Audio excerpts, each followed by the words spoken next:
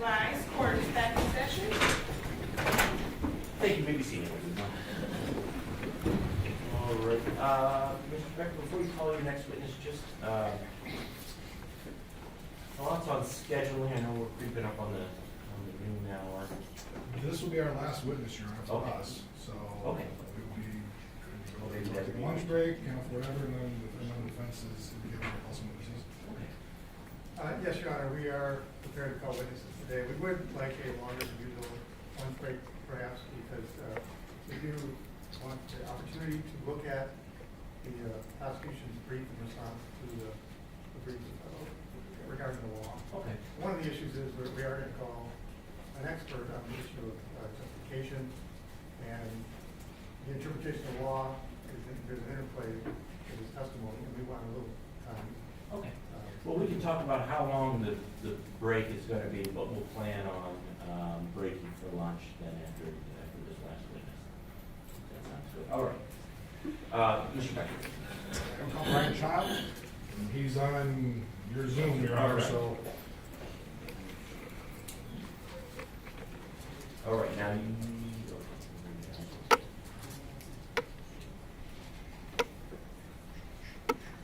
have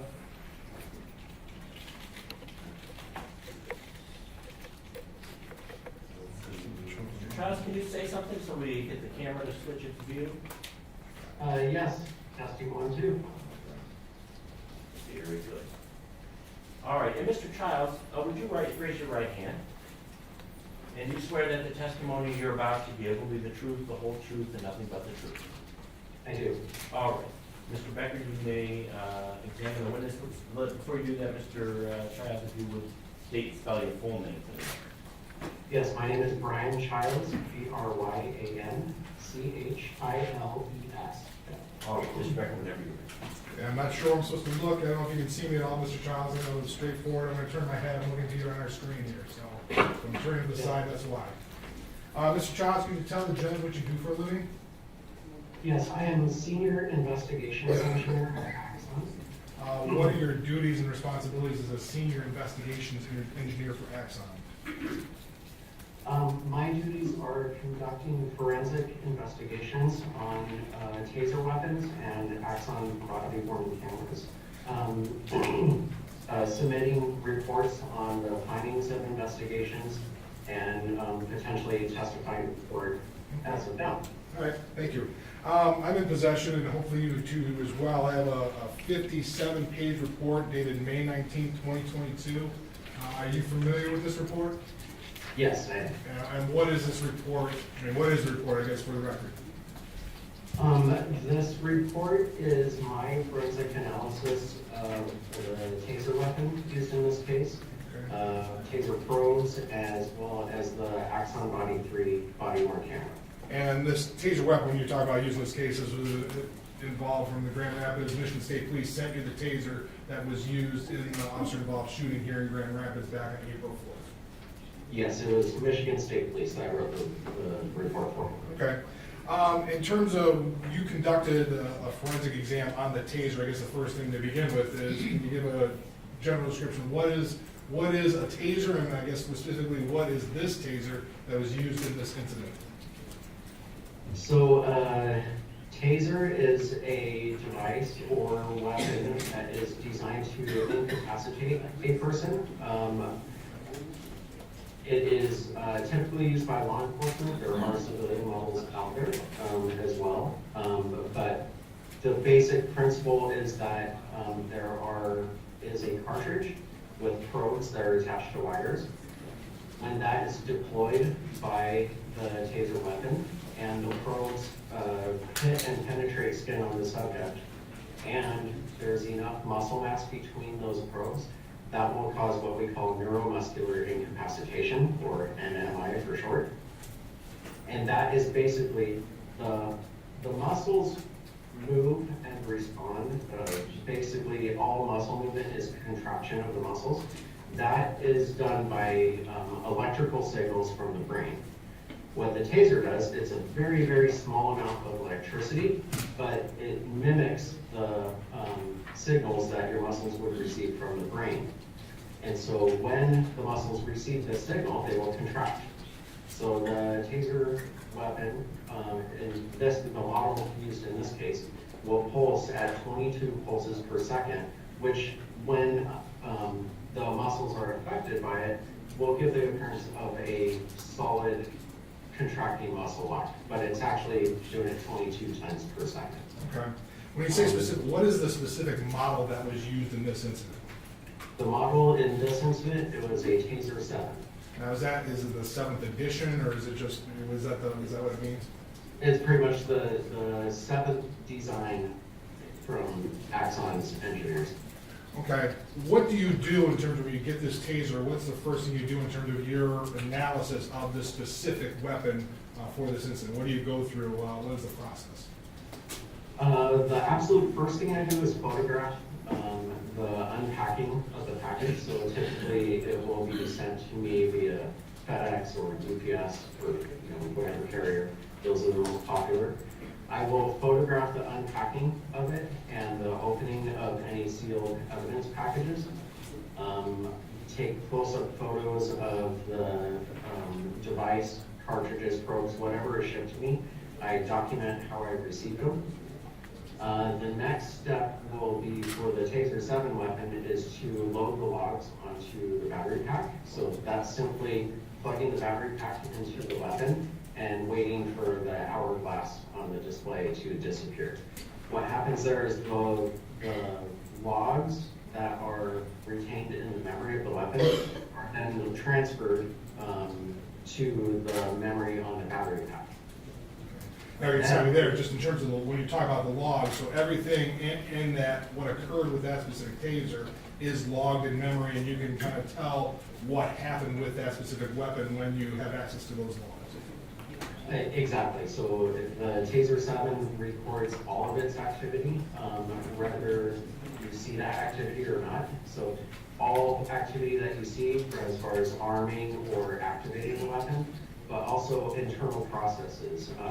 Say, for instance, if it's trying to write to a memory block and it's busy and can't write, and then it retries and is able to write, all that is logged. So it's a lot of data in the log. Also, when the weapon's activated, every pulse is measured and recorded in the log as well. So after you get the logs, I guess, into the battery pack, I think you said, what's the next step you do in terms of your analysis? I then dock the battery pack into a docking station, so behind me here on the wall.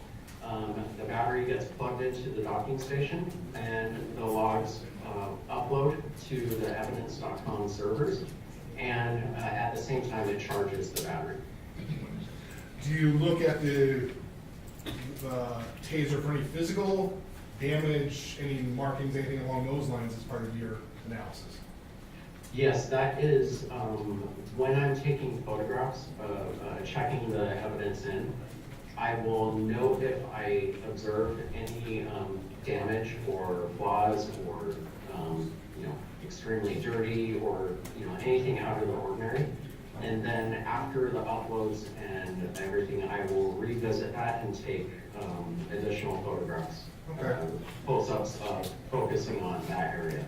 Now, maybe cutting to the chase a little bit, I'm gonna, if we pull up, we have saved in Exhibit 5, which will be your page 19, I believe, in your report. Now, hopefully we can screen save it, we can try to do this. But that also may help too. Yes, Do you see Exhibit 5 on the screen for you? I do. I don't know if the judge, if you want me to do a split screen so you can see him, or is this okay? Try it, let's see. We're gonna mess around a little bit.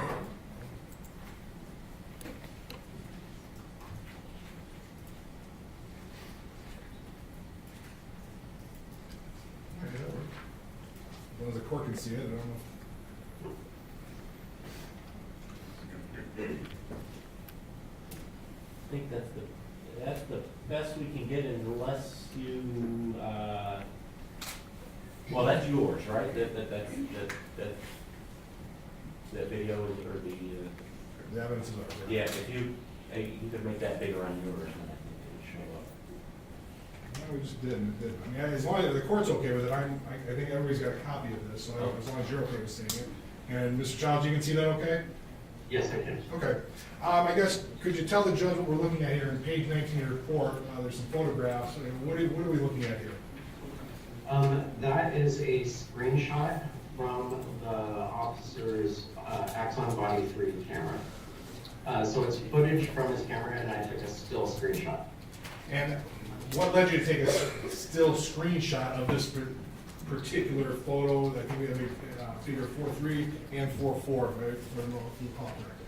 Why did you take a specific picture here? I took this screen to show that just prior to the deployment of the taser weapon, the taser weapon, which you can see at the bottom of the image is yellow, is being pushed away. So it's pretty much that was a glaring indication of why the first deployment missed. Okay. So you saw this in the body cam video. When you're looking at your logs, can you actually see a deployment, if you will, from the taser even without looking at these photos? Yes, I would be able to see the taser deployment and from the weapons log perspective. And what could you tell the judge what happened on this initial deployment? What could you tell from either A, these photos, or B, the actual deployment logs that you look from the weapon? When I'm analyzing a deployment, I will look at the pulse graphs from the log. So the weapon, as I mentioned before, the weapon records every pulse that's generated from the weapon, or even attempted to be generated, and records the voltages and the charge. Charge is the electric current that is flowing. It records all of those for every single pulse into the log. When uploaded to the evidence.com servers, the servers will create a graph out of that data. So my analysis starts with the pulse graph. You can go to the next screen just too. This is the one below it too. This is just right after exhibit 4, figure 4.3. Is this the moment, I guess? Is this from would be from this picture or from the graphs? Is this the moment of deployment, if you will? And if I could interrupt, Mr. Rucker, exhibit 5 hasn't been admitted. Do you want to do that? Is there any objection to exhibit 5 being admitted? No objection. Okay, all right. I'm sorry. Thank you, Your Honor. If you remember the question, you can answer the question. Yes, so this is a screenshot at the exact time of the cartridge deployment from the taser. The reason I did both is you can't put a video into a printed report, so I included the previous frames, 6 previous frames, and then this one to show the progression of the weapon being pushed away. Now, from your analysis, it was my understanding that I don't know if maybe the correct term, it did not engage, it did not connect, whatever term you use, it missed, if you will. Correct. Both probes had missed, and so therefore there was no electrical connection to the subject. Okay. If we go to exhibit 6 now, this would be your page 20.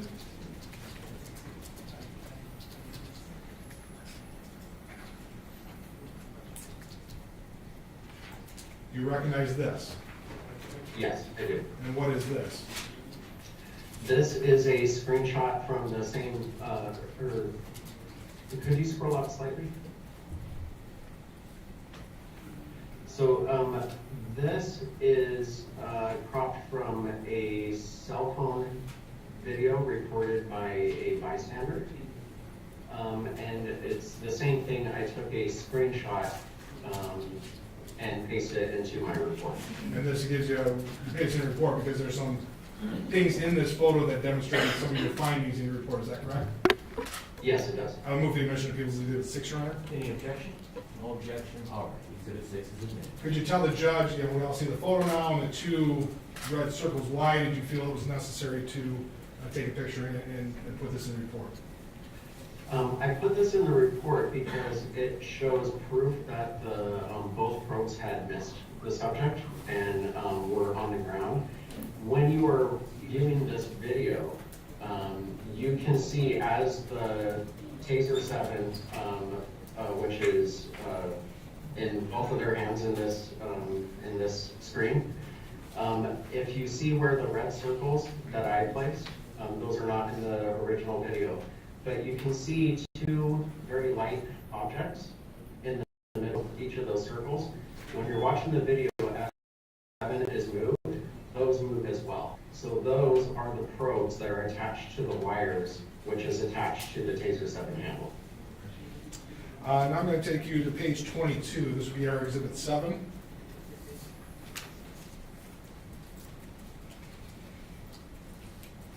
Do you recognize this? Yes, I do. What do you recognize this as? This is a screenshot from the same cell phone video, and this is at the time that cartridge 2 was recorded. Once again, you put this in there because you can see from the video as well as your logs that of a second deployment. Is that correct? Correct. I would move the admission of People's Exhibit 7, Your Honor. Any objection? No objection. The 7 will be. Now, in terms of this, can you tell the judge, I guess, you say it's a deployment, why do you say that? Is it just based on the video and what you saw in the video, or is there something else that you can tell that shows you it was actually deployed? It's based on, one, the logs of the weapon, showing the deployment at that time, but also in the cell phone video, you can hear the pop.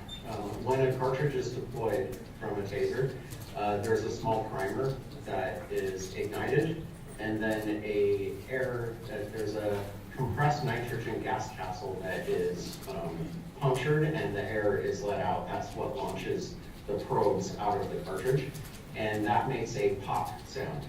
Not as loud as a firearm sound, but it's distinguishable. So you, at that point in the video, you can hear the pop as it's pointed in the ground and deployed. What can you tell what essentially happens with this deployment? What happens with the prongs you do? With this one, you can see the front of the handle is facing the ground. It's pressed into the grass. So the probes are launched out, but there's nowhere for them to go but into the grass. So they embedded it into the grass. I don't know how deep, but the probes were caked with dirt, and the front of the weapon had grass embedded into it.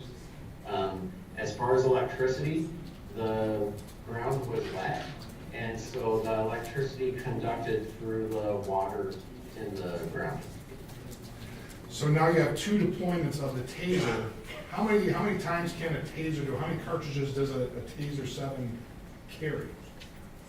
There are 2 cartridges that can be deployed, but they can be reactivated any number of times. What do you mean by that? There's a few ways to activate a taser. One is via the trigger, which the trigger, if there's a live cartridge available, it will deploy that cartridge and activate the high voltage. Another way is there's a button on the side of the taser weapon called the arc switch, and if that's pressed, that will activate the high voltage as well. So, for instance, if both cartridges are deployed, but you have a chance, say, for instance, if one of the probes hit a person, you could reactivate the weapon and press it to their skin and complete that circuit and potentially get the neuromuscular incapacitation. Okay. So it takes a probe hitting the skin of the person to obtain the neuromuscular incapacitation. Is that what I'm hearing? The ideal way is a probe puncturing the skin, but it can happen if a probe is close enough to the skin to arc to it. Most people talk about a taser as, the high voltage, 50,000 volts.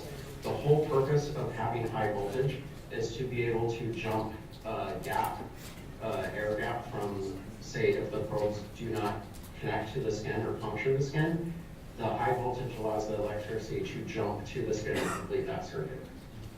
What happens if if the prongs don't hit the skin? I guess maybe a better question is, what is a drive stun? What is that? A drive stun is a action performed by the user of the taser, but it's basically taking the front of the weapon and pressing it against a person to allow the electricity to flow into them.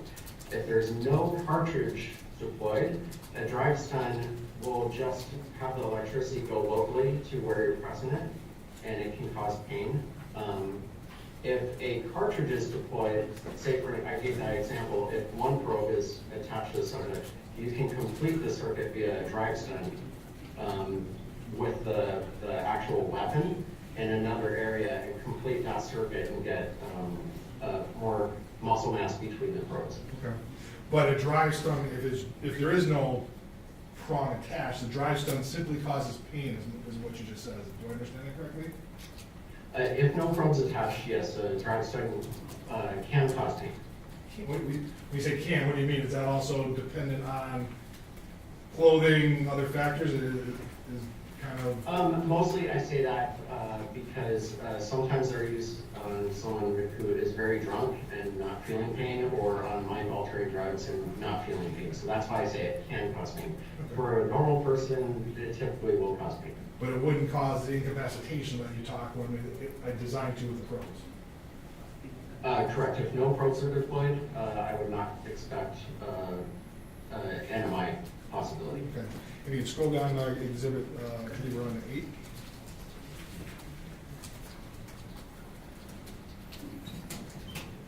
I'm going to show you exhibit 8. This is one part of exhibit 8. Do you recognize this? Yes, that is the Taser 7 handle. And go down to the next one. And figure 5.2 and 5.3 on exhibit 8. Do you recognize this part of exhibit 8 as well? Yes, that is the front end of the Taser weapon handle, so the cartridges are facing the camera. So this would be the actual taser we've been talking about that was used in this incident, and this is how it appeared to you when you were doing your examination. That's correct. I will move for the admission of exhibit 8, Your Honor. Any objection? No objection. Oh, you get 8, leave me. So clearly from here, we see both cartridges have been fired or gone from the taser, is that correct? Correct. Is there any impact in terms of if both cartridges are gone, you just have the drive stun function? Can it do that through the dirt and so forth that you see on this exhibit? Yes, it could.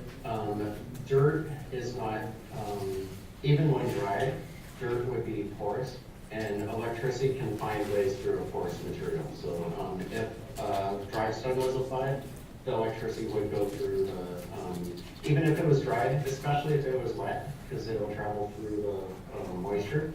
But even if it's dried, it would still allow the electricity to travel to the skin. With the drive stun function, in terms of it causes pain, does it cause a burn on the skin? Does it cause injury, anything like that, or is it possible? It can. Any electric part. Basically what that is the air molecules between the electrodes will ionize and become conductive, and the current flows. Anytime you have current flowing through air, which when the molecules ionize, it's a very low resistance, which allows more current, and you get a heat transfer. So when conducting through skin, which is not conductive, it can cause a burn depending on the duration that is held. Is it the whole, would it be the imprint, I guess, of that whole rectangle, if you will, or is it smaller than that? I guess, where is the current coming from that would cause the pain? And how big is that? It's actually small, so it would actually make 4 marks because the electricity is coming from the electrodes of the weapon. If I may, I'm not sure if I'm allowed to, but I can show a mark on the image. I guess we could try. Let's try. So there's an electrode here. Can you see that red circle? No. We can barely see it on our on ours, very faintly on the upper right. It's the upper right. Let me try an arrow. Robert? All right. Can you see the arrow? No, we cannot see the arrow. The red mark a little bit. Oh, okay. All right. So it's not working. Anyways. All right. Looking at the empty circles in front of the cartridges, where the probes would come out. Just to, if you look just diagonal, upward diagonal from those circles, there's a small electrode. You can't see the electrode in the photo, but that's the location of it. In the upper corners and bottom corners of that cartridge area, there are electrodes. That is where the electricity would jump to the skin. And so basically, if you did a drive stun on a person that caused burns, you would see 4 small burn marks Okay. in So those areas. would it be, I guess, maybe for my benefit, between the circle and the yellow little corner, that would be the electrodes, if you will? Yes, sir. Okay, I think that helps.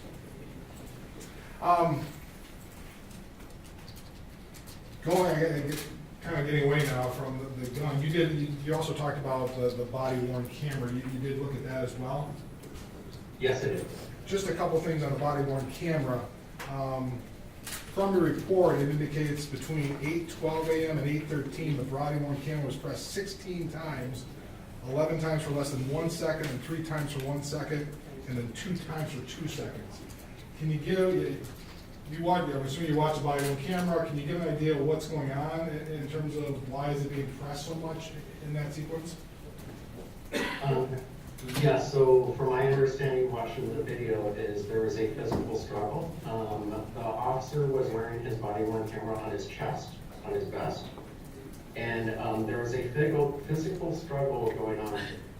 I analyzed the video where the button presses were, and every time the button was pressed was when there was an object or body right in front of the camera, blocking the view of the camera.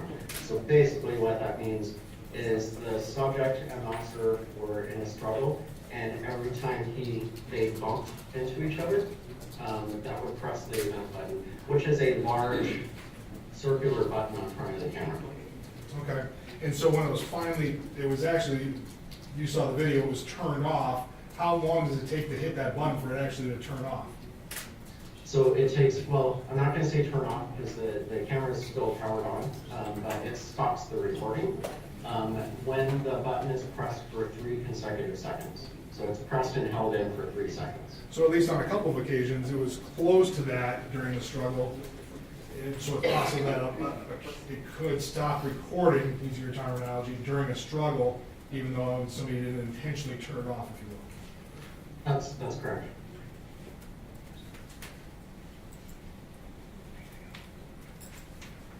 I have nothing further, Your Honor. Mr. Revola, Mr. Beck? Your Honor. Good morning, Mr. Chiles. Good morning. Not sure if you can see me or not. Yes, I can. All right. Sir, I might go through some of the same materials again, so I apologize, but it's not necessarily intuitive information, just to help the court better understand the circumstances. Now, sir, does Axon, the creator of the TASER 7, do they create training materials, user manuals for the TASER 7 device? Yes, they do. And are those materials, if you know it, then administered to the police departments that purchase these devices, and then the department is responsible for training their own officers? Yes, overall, the police department is responsible for training their officers. Axon provides training to train their instructors. So basically, someone at the police department is selected to be their TASER instructor. They will go and be trained by Axon on how to instruct a class. And then they go and teach their users, what they learned and what's in the training material. And is that instructor from the department who gets instructed by Axon, is that sometimes referred to as the master TASER instructor for the department? Correct. Now, the materials that Axon creates, do those include warnings on risks associated with the use of the TASER 7? Yes, they do. And sir, you already mentioned on direct examination that the Taser 7, it is a weapon, is that correct? That's correct. And does Axon warn that the Taser 7 is a serious weapon and should be treated as such at all times? Does that sound like it's right out of a manual from Axon? Yes, it does. It might be paraphrased, I'm not sure the exact wording, but yes, that is the message that we want to comply. Thank you. And does Axon warn that the Taser 7 device can cause serious injury or death? Yes, And I believe you already testified that the device has the ability to incapacitate human beings, is that right? that's correct. So it goes without saying, Axon wants to put out very thorough, very comprehensive training materials to try to minimize the risk that a serious injury or death could result from use. Is that fair to say? That's correct, yes. Would it be fair to say that taser use by an untrained person may be more risk that serious injury or death could result because of their lack of training on the device? Oh, yes, I believe so. If somebody is not trained and they don't know specific rules to follow and, basically we put the training in there to mitigate risk, and if you don't take the training, you don't know how to mitigate risk. And one of those risks, maybe for an untrained person, that I'd like to get into here is on the topic of certain sensitive locations sensitive locations on the body for taser use. Is that one of the risk factors, I guess you could say, for taser use? Yes, it is. And does Axon, in their education and training, stress that it's critical to avoid injury or death by avoiding certain locations of the body with taser use? Is that fair to say? Yes, overall, we do train that there's certain areas that you do not want to deploy at for the risk of serious injury. And there are certain situations to avoid to decrease the risk of accidental death. Thank you. And there's certain locations, perhaps if you're shooting the probe, certain locations of the body that Axon warns to try to avoid. Is that right? Absolutely, yes. But there's also certain locations of the body that a drive stun can cause serious injury. Is that what Axon warns? Yes.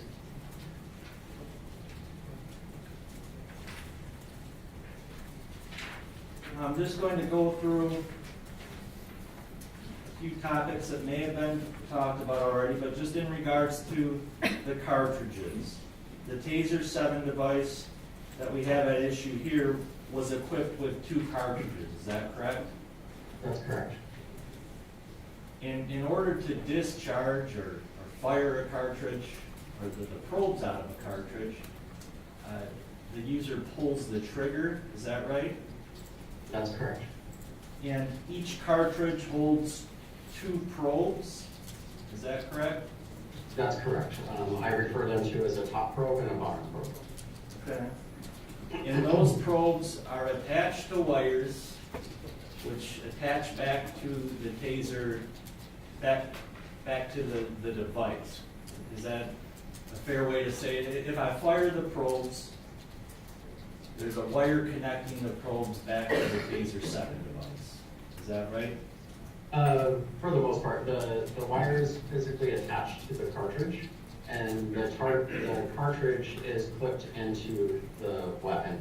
So there's the wires aren't, I wouldn't say it's technically correct that the wires are attached to the Taser 7, like physically, but they're clipped in via the cartridge. Exactly. Good point. Thank you. And if we pull the trigger, both probes are deployed. electrical energy begins flowing to the probes. Is that a general way of saying it? Yes, but I hesitate on flowing because you have to have a connection to the probes for the flow of electricity, or the flow of current.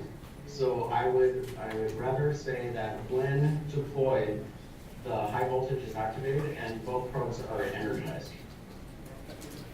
Okay. And depending on the type of, I know there's some different types of cartridges, but approximately what type of distance can those probes be fired to? How far can they actually fly? Approximately. There is 25 feet of wire within the probes. So technically, they can travel 25 feet. There is one cartridge that has a wider angle, so that 25 feet wouldn't be feasible on that because one probe would hit the ground before it reached 25 feet distance. Okay. And we talked about the topic of NMI, as you referred to it, neuromuscular incapacitation, Yes. and which generally causes uncontrollable muscle contractions and reduces ability to perform voluntary movements. Is that fair to say? Well, I would say under NMI, it eliminates the ability to control muscle movement.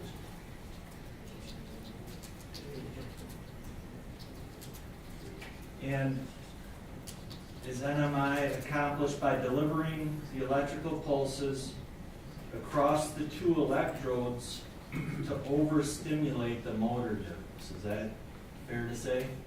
Essentially, yes. And if the two probes fired make contact with a person, then is it fair to say this closes the circuit? Is that how you would refer to it, closing a circuit to allow the energy to flow between the probes? Yeah, that's correct terminology. It does close the circuit, but I will point out that even if the probe doesn't contact the skin, because of the high voltage, there is potential for it to close the circuit without physical contact to the probe. Okay, thank you, and I might elaborate on that in a moment here, but I'd like to turn to another topic now, and that's the term re-energized. Now, probes are fired. If they make proper contact with a target, then the energy flows, the current flows for 5 seconds. Is that correct? Yeah, there's a default 5-second duration to the activation. Now, are those probes, you may have talked about this already, the probes have already been fired, 5 seconds goes, those probes are capable of being re-energized. Is that right? That's correct.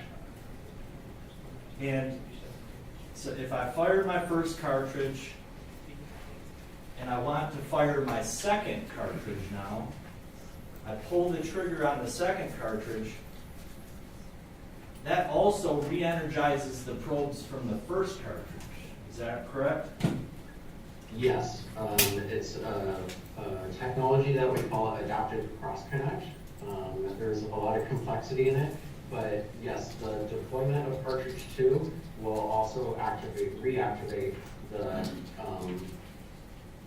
cartridge 1. Now, I fire cartridge, backing up, if I fire cartridge 1 and I don't want to fire cartridge 2, but I would like to re-energize those probes, can I simply touch or push the arc button on the side of the device? Will that re-energize the probes from cartridge 1? That's correct.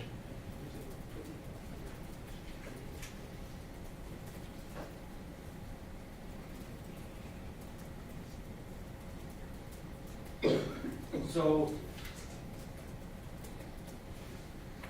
I want to talk about this cross-connect a little more. In order to achieve the cross-connect,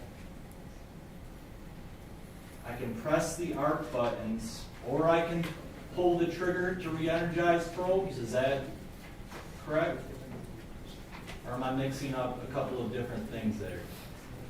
Could you state it again? Sure. If, let's put it this way, if both cartridges are deployed, and I either press the arc button, and the arc button is on either side of the device, is that right? Correct. And I could press it on either side or pull the trigger, so long as those probes are still attached by wire, that would re-energize all 4 of the probes from both cartridges. That is correct.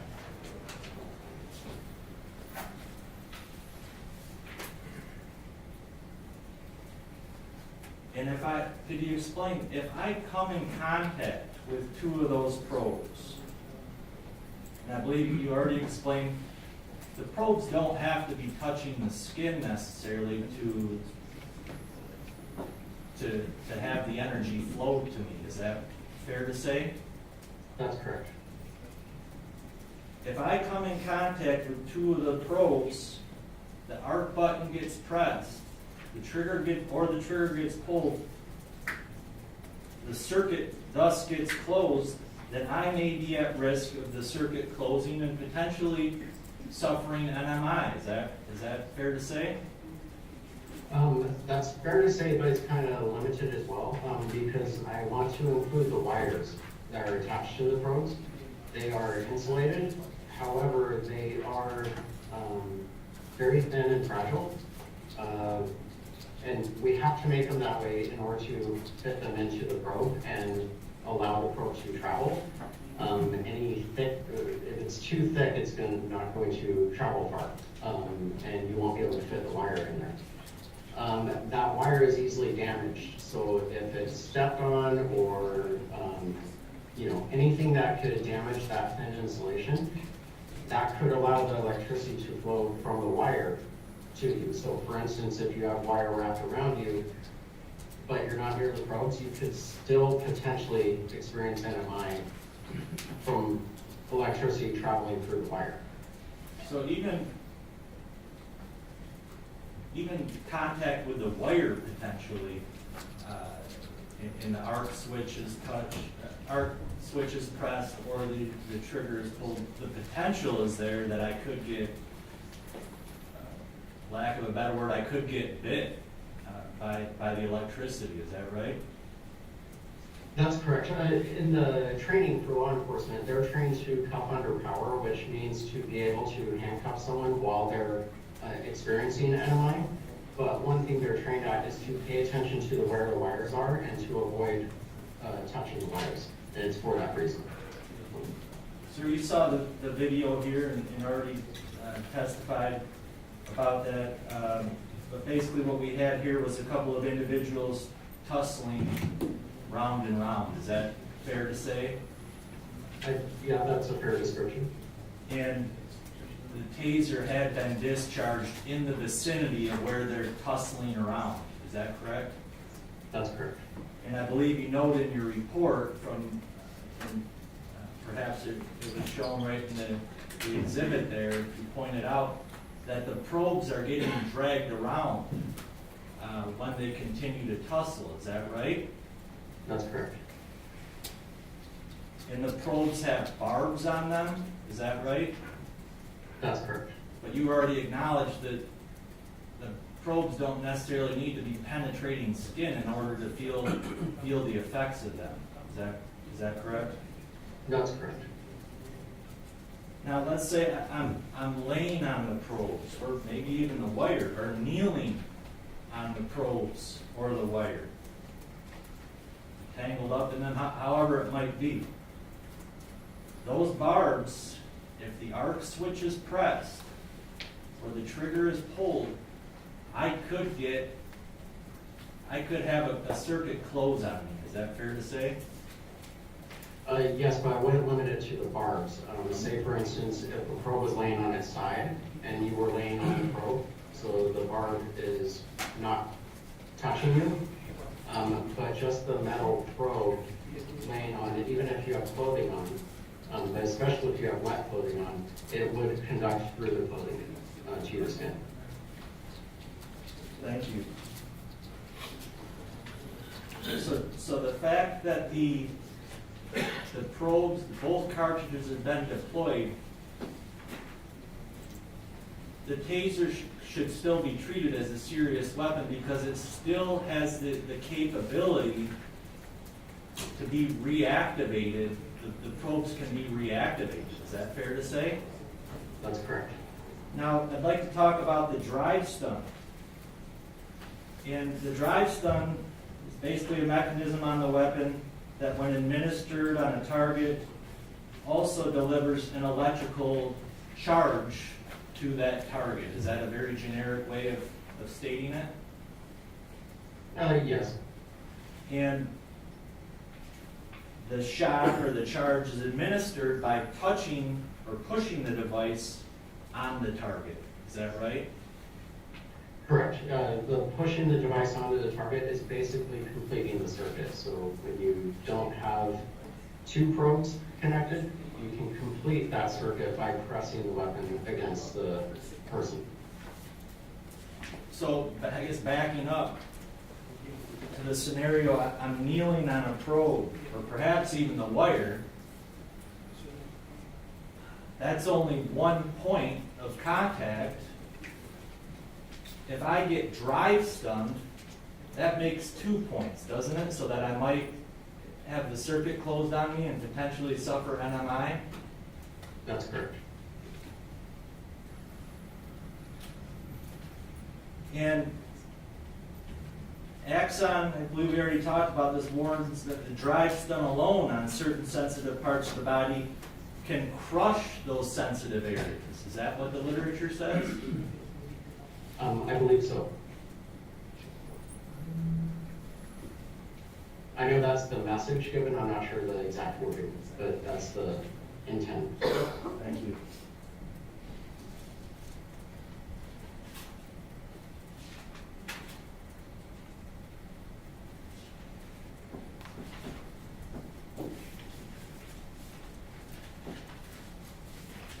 Now,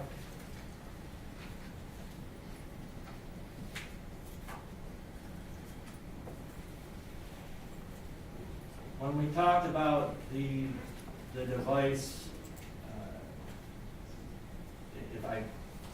if two probes or 2 points make contact with an individual, the arc switch is touched, or perhaps if it's already been expelled, or the trigger is pulled, the electricity, the current moves for 5 seconds. Is that right? If there's a connection, the current will flow for 5 seconds. But I guess better said is that both cartridges would be activated or energized for a 5 second duration. And at the conclusion of that 5 seconds, if I push the arc button again or I pull the trigger again, the device would again, so long as the connection was made, it would go for another 5 seconds. Is that right? That's correct. So, sir, just in conclusion here, I think we've already hit these topics, but even after both cartridges are deployed, the Taser 7 maintains the ability to re-energize all 4 probes by simply pressing the arc switch or pulling the trigger. Is that fair to say? That's correct. And even after both cartridges are deployed, it still maintains its ability to drive stun someone. Is that correct? That's correct. And we talked about the drive stun can work in conjunction with contact with even one probe to close the circuit and potentially cause NMI. Correct. One probe or even one wire.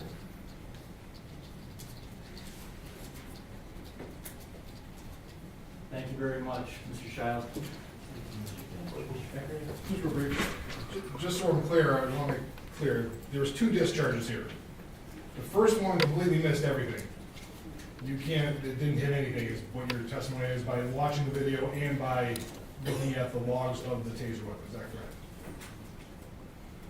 Technically, they hit something, the ground or The ground. sidewalk or something, but they did not hit the subject. The second one, if you can pull up exhibit 6, I believe, the one before this, or 7, excuse me.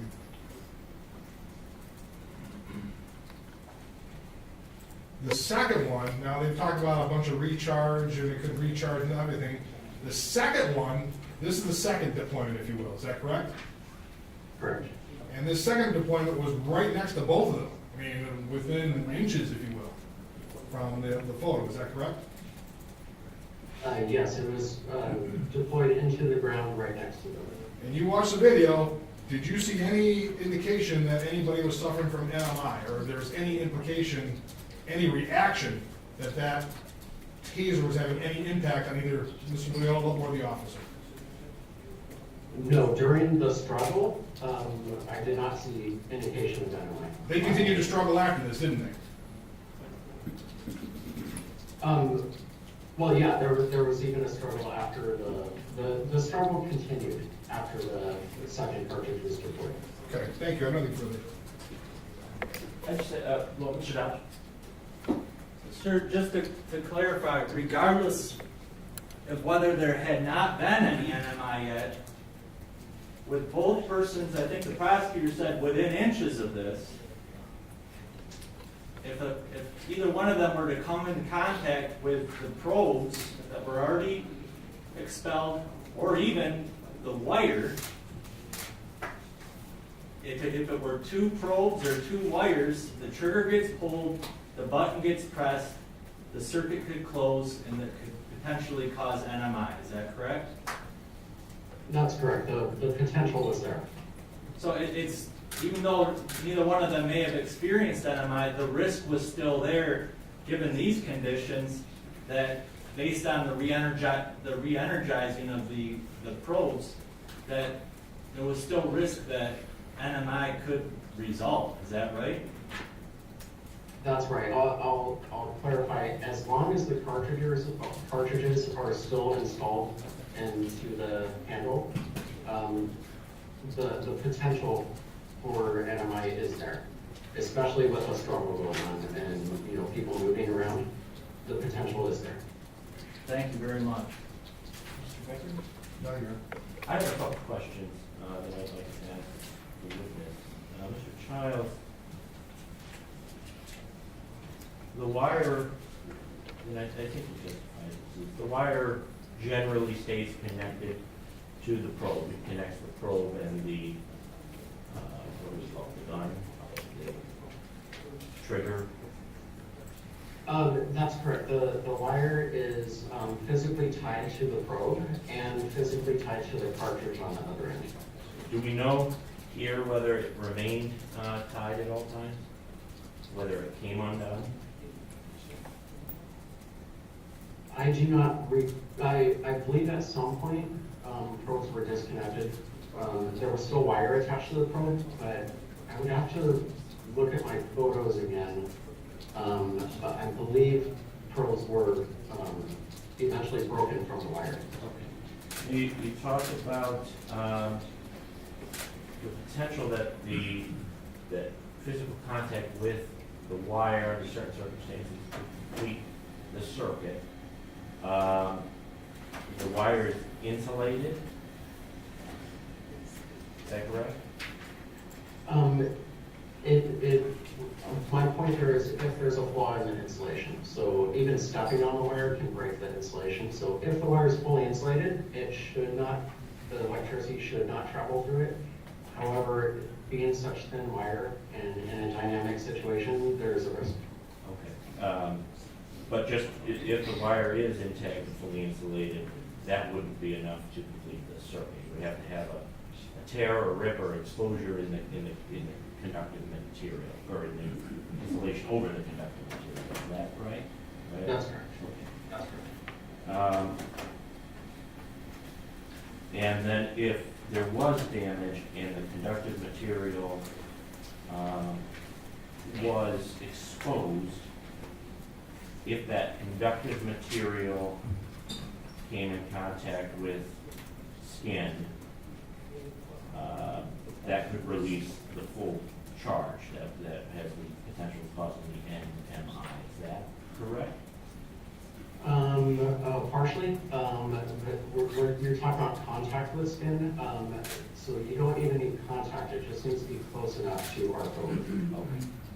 Okay. But the face of the trigger itself, the face of the gun itself, I guess what I'm trying to understand is if this wire, if exposed, if the conductive material is exposed, it could emit the full charge. Why is it, how is it that the contact with the gun itself only creates this drive stun as opposed to a full charge? I'm not sure I understand. If the wire was severed, for example, 2 or 3 inches from the face of the gun, am I using the right phraseology? We stay away from gun. Okay. What do you call the weapon? What do you call the base? It's the handle. The handle. Okay. If both probes are discharged, the wire on each probe was severed at 3 or 4 inches from the base. If there was exposure in the conductive material, that could emit the full charge. Is that correct? If both wires of the probes is severed several inches from the handle, your only potential to deliver charge would be at the front of the handle to the end of the wires. At that point, the probes would not be active or energized because the wire is severed. Once the wire is severed, you can't get the charge through the wire itself. You have to have a probe connected? Well, what I'm saying is if you completely sever the wire, you break that circuit. And so if you sever the wire completely, like you took scissors and snipped it and threw the rest away, that part that is not attached to the weapon anymore would not be energized, and that would not have potential to deliver charge. Okay, let me ask, maybe I ask it this way. There's 2 probes, that's not the wire, right? There are 2 leads for each probe, is that correct? I'm thinking electricity and a negative and a positive and a flow like that. Is that? Yeah, that's a good way to picture it is, you have a top probe and a bottom probe. You can picture one is positive and one is negative. Okay. And they need to complete. If the wire got severed somewhere along the line, and both of those wires, not both of the probes, but both the positive and the negative lead, there was exposure of the conductive material, and if both of those touched skin or came close, would that deliver the charge, even though the probe is not disconnected? Yes. Okay, so at some point, the wires have to attach to the internal mechanism in the remote, in the handle, correct? Yes, and they are attached via the cartridge that's installed in the weapon. So the wire is physically attached to the cartridge, which is plugged into the handle. So if you have wires, if you have your handle and wires hanging out, when you activate the weapon, those wires would be activated. Okay, but at some point, inside the probe, the wires, there's a transition from wire to metal. Correct. Okay, and then on the other side, in the handle itself, there's gotta be a transition from wire to metal. Correct. Okay, let's say the wires came apart at the joint, in the solder joint, in the handle. I mean, is that a fair characterization of it? That could be, yes. Okay, if that came apart at that point, can that handle still emit the type of charge that would cause NMI? If all the wires were removed? Yes. No. Okay. So the only way, so a connection with the handle itself, assuming all the wires are intact, and assuming that the probes are feet away, the connection with the handle itself only creates a drive drive sign, is that correct? That's correct. If the probes and wires are away, then the potential is drive stun. Dan, a drive stun cannot cause an MI? It can't cause NMI, correct, in that situation. Okay. Mr. Becker, can you? Nothing for your honor. All right, you got it. Just to make sure that the court understands on that last portion there, the drive stun could cause NMI in conjunction with contact from one probe or potentially wire. Is that correct? Correct. In the situation that the judge was talking about was if all the wires were removed, but if you still have one wire connected, then a drive stun could potentially cause NMI. And the drive stun alone, no wires, the drive stun alone to certain portions of the body, Axon warns can cause serious injury. Is that correct? That's correct. And I'll give, for instance, the eyeball. That can cause serious injury, discharging into an eyeball. And sir, we're actually going to have another witness to talk more about this, and I know it's, but, so I plan to go into it with them, but the drive stun can crush the trachea as well. Is that what Axon warns? Yes, well, pretty much any object pressed on the trachea can crush it. Taser weapons, no exception. And drive stun in the Axon warning can crush genitals. Is that correct? Correct. And there's also warnings on using the drive stun on the back of the neck area. Is that another warning? Yeah, well, pretty much the entire head is a no-no. That's where we advise not to use it. And sir, we can see from right there on that picture, drive stun, both of these individuals here are, would it be fair to say they're within arm's length of each other? Arm's reach. Yeah. And basically with a drive stun, just to make sure the court understands, you reach out and you make contact with the target, or you press the target to deliver a drive stun by simply pressing the button on the side or pulling the trigger. Is that correct? That's correct. Okay. Thank you. All right, Mr. Becker, anything? No, your honor. All right. Thank you very much, Mr. Chiles. The witness can be excused at this point. All right, thank you for the opportunity to do this remotely. Absolutely. Thank you. Take care. All right, Mr. Becker. We have no additional witnesses at this time, your honor. Okay, it's 12:11. I think it makes perfect sense for a lunch break then, at this point. Mr. Pergola, you mentioned, you wanted to address something with scheduling. Yes, Your Honor, we want to make sure we have witnesses all here, ready to go in consecutive order.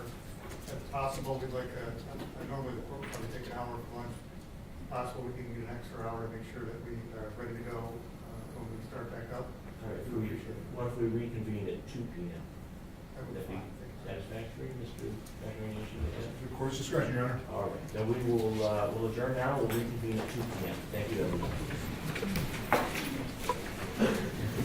And just a reminder, you know, I think we're still at capacity.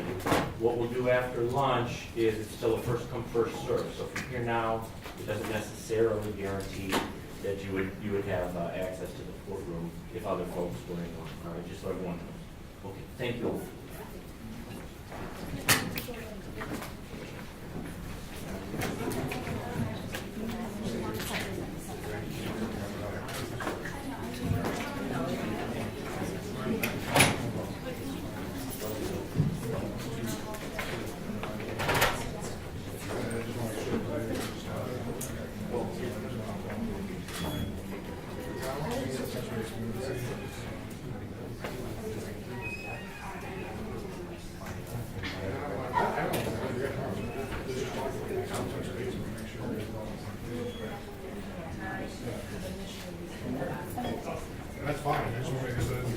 sure, that's fine. Yep.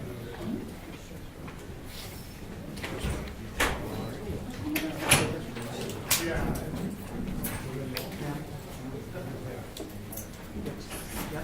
Yes. Can you put it here? Keep that, or we can take it out? Can you get I would probably take it with you. Did it what? We're not gonna be in here, there won't be There won't be anybody an watching elephant here. here. I think They're gonna lock the doors. The doors will probably get locked again, but there's no one to be here to monitor it. Do we need to recheck in on anything? Probably at the door once. Okay, but if we have a seat now, then we'll have a seat later. Yeah,